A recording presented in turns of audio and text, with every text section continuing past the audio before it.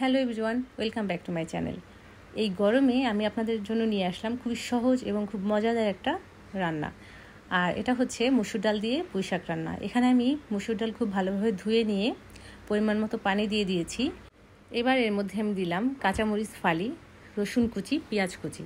এবার এটাকে সিদ্ধ হতে দিলাম।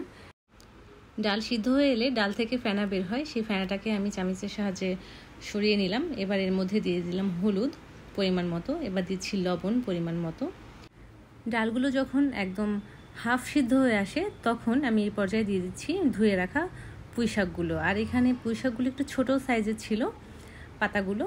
এবার সেটাকে আমি খুব ভালোভাবে ধুয়ে পরিষ্কার করে ডালের মধ্যে দিয়ে ভালোভাবে মিশিয়ে নিচ্ছি। ডাল এবং পুঁই শাক খুব ভালোভাবে মিক্সড করার ফলে পুঁই শাক থেকে যে পানিটা বের হবে সেটা দিয়েই কিন্তু শাক এবং ডালটা খুব ভালোভাবে সিদ্ধ হয়ে যাবে। এর মধ্যে এক্সট্রা কোনো পানি দেওয়ার দরকার নাই। আর পানিটা দিলে শাকটা হচ্ছে একটু লালচে কালার চলে আসে। এখানে আমার পুঁই শাকটা একদম হয়ে গেছে। এবার আমি এটাকে বাগার দিয়ে নিব। এখানে আমি কড়াইতে তেল দিয়ে 3টা শুকনো মরিচ, তারপর হচ্ছে জিরা, এগুলো ফোড়ন দিয়ে নিলাম। এবার রসুন কুচি দিয়ে দিচ্ছি, এবার দিয়ে দিচ্ছি পেঁয়াজ কুচি। এবার সব কিছু আমি খুব ভালোভাবে ভেজে নিব। আর এটা একটু লালচে করে ভেজে নিব যেহেতু বাগার দিচ্ছি।